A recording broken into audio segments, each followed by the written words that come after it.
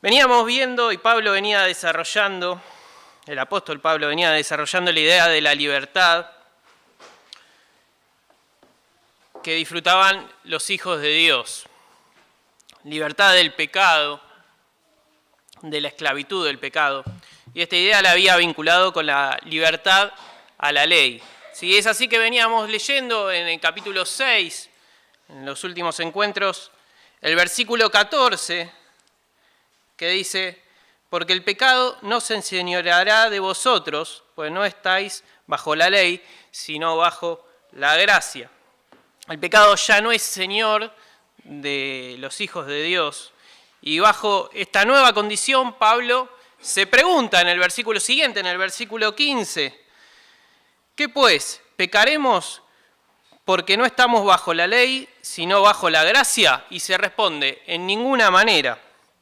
Pablo deja bien claro que nunca debe utilizarse la gracia como excusa para la práctica del pecado. El pecado tiene como consecuencia la muerte, mientras que la justificación por fe, de este regalo del cual hablamos siempre, la gracia, trae la vida eterna en Cristo.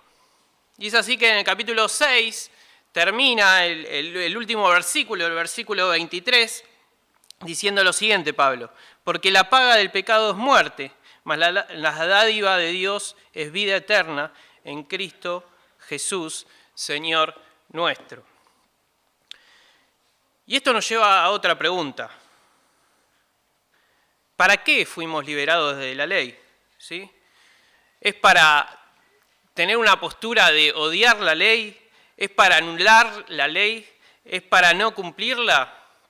Bueno, el creyente no es libre de la ley en todo sentido, ¿sí? Porque el creyente ama, o tendría que amar, la ley de Dios. El creyente ama la ley porque la ley muestra lo que Dios considera que está bien y aquello que considera que está mal.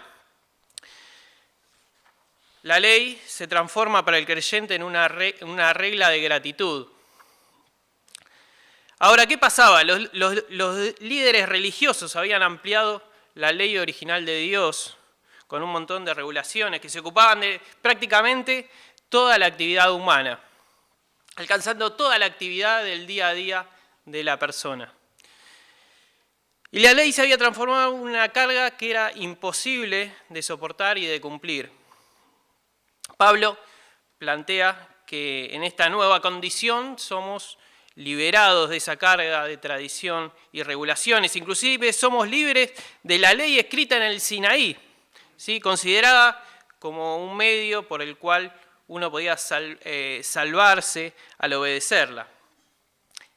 Ya somos libres de eso. No hay nada que pueda hacer el hombre para su salvación.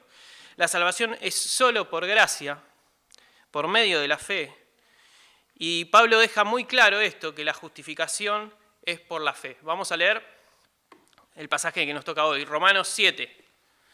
Romanos 7, a partir del versículo 1 hasta el versículo 6. Lo de acá más grande. Dice así: ¿acaso ignoráis, hermanos? Pues hablo con los que conocen la ley, que la ley se enseñoreará del hombre entre tanto que éste vive. Porque la mujer casada está sujeta por la ley al marido mientras éste vive. Pero si el marido muere, ella queda libre de la ley del marido. Así que, si en vida del marido se uniere a otro varón, será llamada adúltera. Pero si su marido muriere, es libre de esa ley. De tal manera que si se uniere a otro marido, no será adúltera. Versículo 4. Así también vosotros, hermanos míos, habéis muertos a la ley mediante el cuerpo de Cristo, para que seáis de otro, del que resucitó de los muertos, a fin de que llevemos fruto para Dios.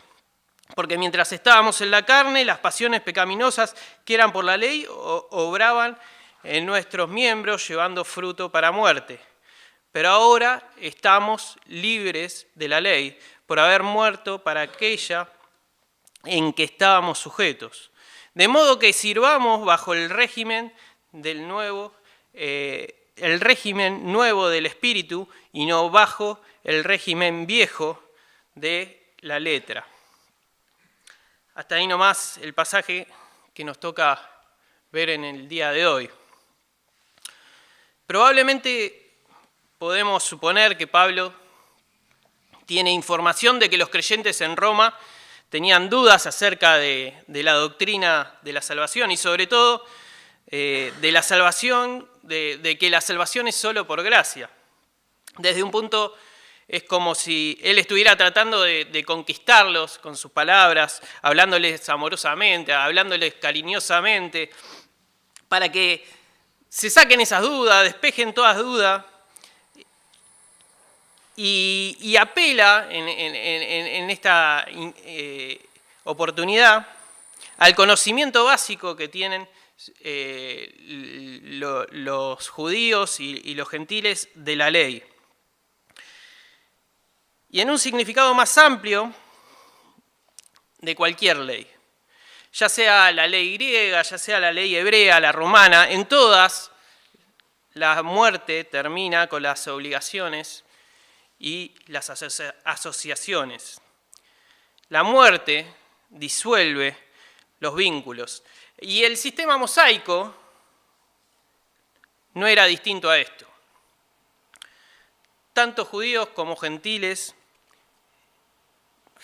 que abundaban en la iglesia de Roma, podían entender claramente que la ley tiene autoridad sobre una persona solo cuando esta persona está viva. Y lo que Pablo indica es que cuando una persona muere, esta persona está libre de la autoridad de la ley, ¿sí? Y por medio de la muerte la persona ha salido de ese ámbito de su dominio. Para dar a entenderse, Pablo en esto utiliza un ejemplo, una ilustración que justamente le trata de ejemplificar, ¿sí? Y es esta ilustración sobre el matrimonio. Y no trae este ejemplo Pablo para hablar del matrimonio en sí, sino lo trae como ejemplo de una situación conocida por todos y útil para fundamentar como un concepto visual de lo que se estaba tratando de explicar y de comunicar. ¿Qué es esto? Es el alcance. ¿Cuál es el alcance del dominio de la ley en el creyente? Vamos a releer versículo 2. Porque la mujer casada está sujeta por la ley al marido mientras éste vive. Pero si el marido muere, ella queda libre de la ley del marido. Así que, si en vida del marido se uniere a otro varón, será llamada adúltera, pero si su marido muriere, es libre de esa ley. De tal manera que si se uniere a otro marido, no será adúltera. El matrimonio es un vínculo muy importante y esto nos deja ver que la muerte no solo cambia las obligaciones de la persona que muere, sino también de las personas que sobreviven y que tenían algún tipo de contrato con la persona fallecida. Nos plantea Pablo dos situaciones. Si no hay muerte de uno de los integrantes del matrimonio y se genera otro matrimonio, la persona está en adulterio. Ahora, si hay muerte, queda libre de la ley. En consecuencia, si una persona está bajo el contrato matrimonial y una de las partes de este contrato muere, no hay ley que pueda impedir que esa persona se vuelva a casar. Así como es la muerte la que disuelve este vínculo matrimonial, del mismo modo es la muerte la que disuelve el vínculo de la persona con la ley. Vamos a leer Gálatas capítulo 2, versículo 19.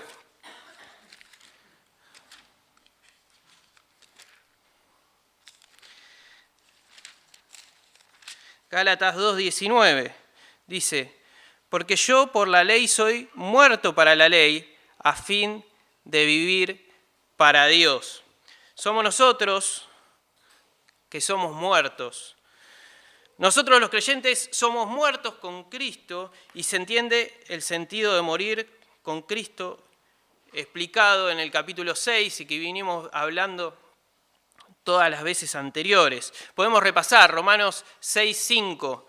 Vuelvan a Romanos 6:5, el capítulo anterior al que estábamos leyendo recién. Dice, porque si fuimos plantados juntamente con Él en la semejanza de su muerte, así también lo seremos en la de su resurrección. Sabiendo esto, que nuestro viejo hombre fue crucificado juntamente con Él, para que el cuerpo del pecado sea destruido, a fin de que no sirvamos más al pecado, porque el que ha muerto ha sido justificado del pecado. Esta muerte es la que nos permite ser libres del señorío del pecado, libres de la ley, para, como objetivo, pertenecer a otro Señor, el Señor, el único Dios. ¿Sí? Volvamos a Romanos 7. Ahí el capítulo siguiente, el versículo 4, dice así, así también vosotros, hermanos míos, habéis muertos a la ley mediante el cuerpo de Cristo para que seáis de otro, del que resucitó de los muertos, a fin de que llevemos fruto para Dios. Acá Pablo lo explica de nuevo, fue por medio del cuerpo de Cristo que nuestra deuda a la ley fue completamente pagada, para que como resultado los creyentes sean muertos a la ley. Y en la ilustración, cuando el esposo murió, la mujer queda liberada del vínculo matrimonial y tenía el derecho de poder casarse con otro hombre.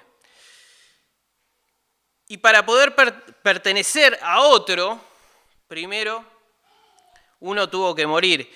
Y traspolado al ejemplo de Pablo sobre el matrimonio, la pregunta es, ¿qué tiene que pasar para, como dice el versículo, para que seáis de otro, ¿sí? Del que resucitó de los muertos? Bueno, hay que morir. Una relación muy estrecha con Cristo en su muerte. Esta unión trae la liberación de la ley, ¿sí? Unido a Él en muerte y unido en resurrección para vida y para vida eterna, como dice el versículo 4. Vamos a Colosenses 3.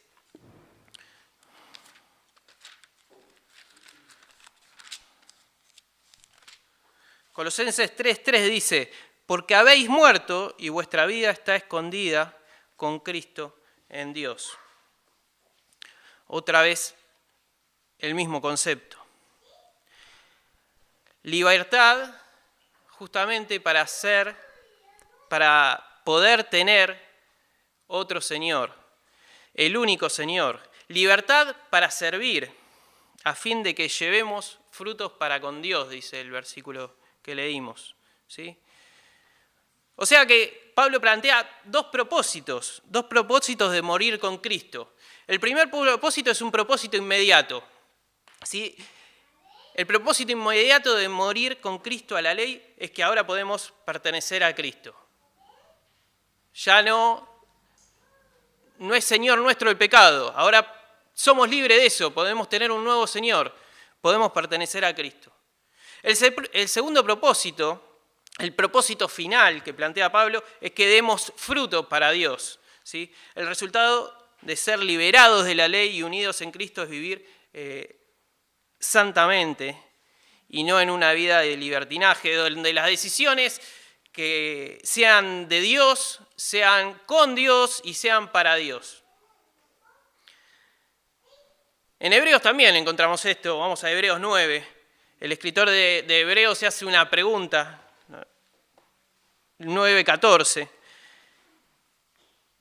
Y en esta comparación que plantea el escritor del viejo pacto y el nuevo pacto, y plantea cuál es el alcance y cuál es el objetivo final de esta muerte única. Dice Hebreos 9:14 en esta pregunta, ¿cuánto más la sangre de Cristo, el cual mediante el Espíritu Eterno se ofreció a sí mismo sin mancha a Dios, limpiará vuestras conciencias de obras muertas para que sirváis al Dios vivo.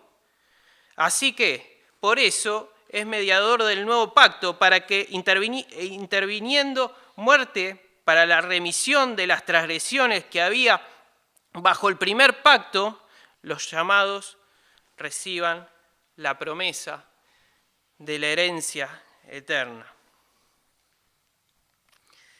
En Romanos 7 se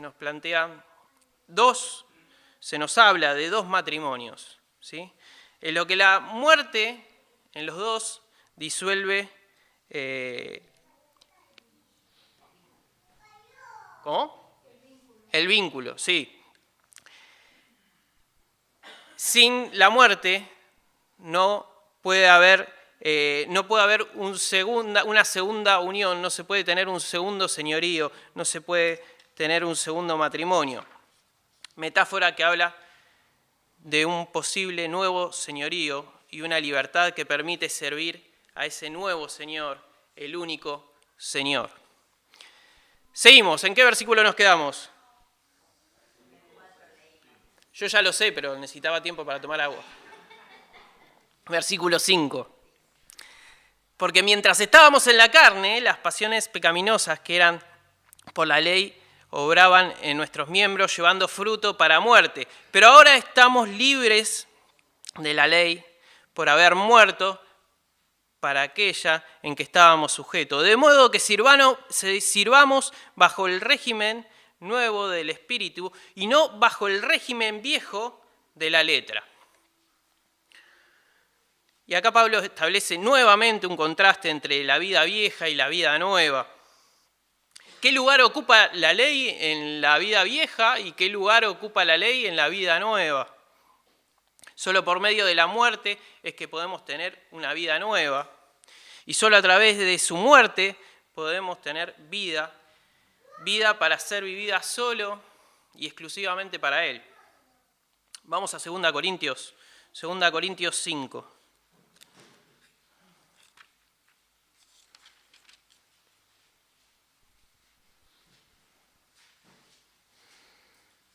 Versículo 14.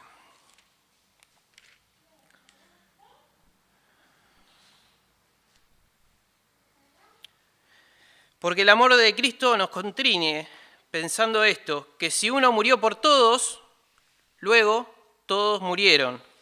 Y por todos murió, para que los que viven ya no vivan para sí, sino para aquel que murió y resucitó por ellos. De manera que nosotros, de aquí en adelante, a nadie conocemos según la carne, y aun si en Cristo conocimos según la carne, ya no lo conocemos así. De modo que si alguno está en Cristo, nueva criatura es. Las cosas viejas pasaron, y aquí todas son hechas nuevas.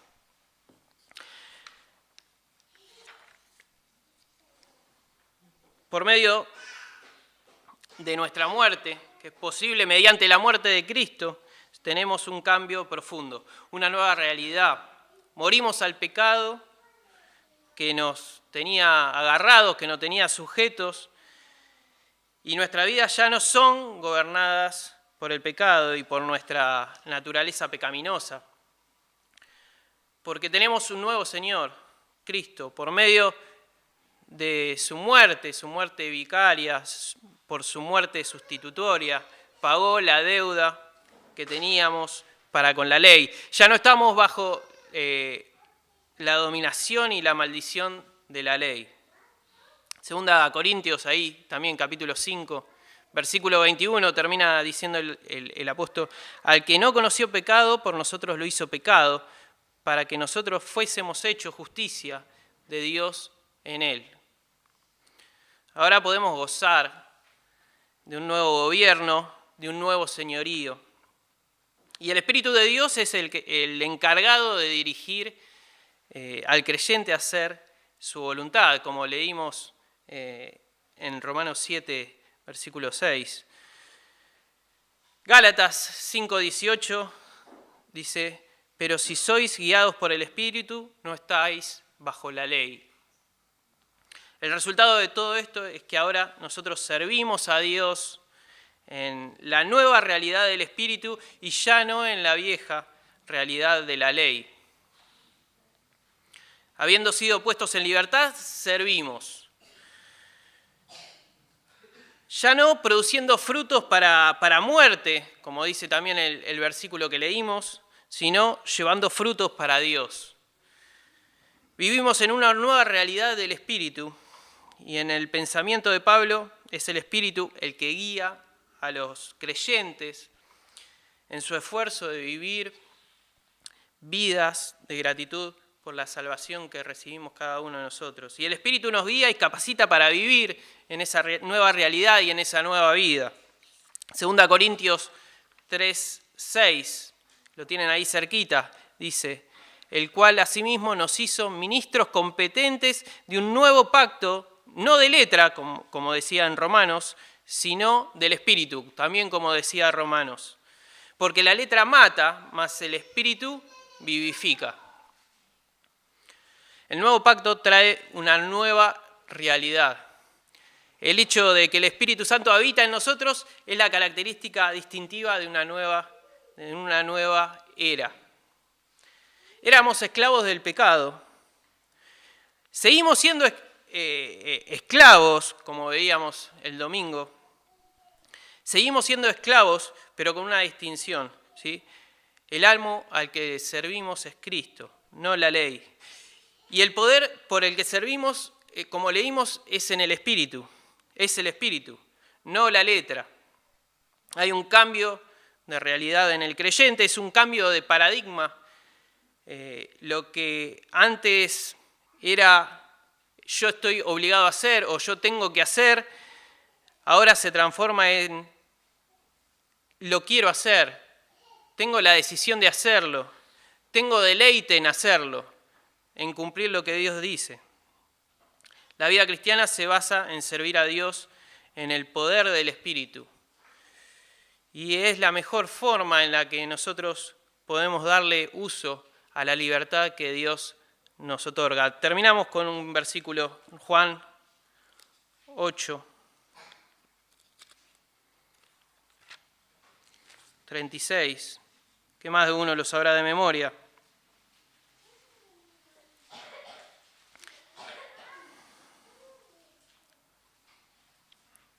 Dice así, Juan 8, 36. Así que si el Hijo os libertareis, seréis verdaderamente libres.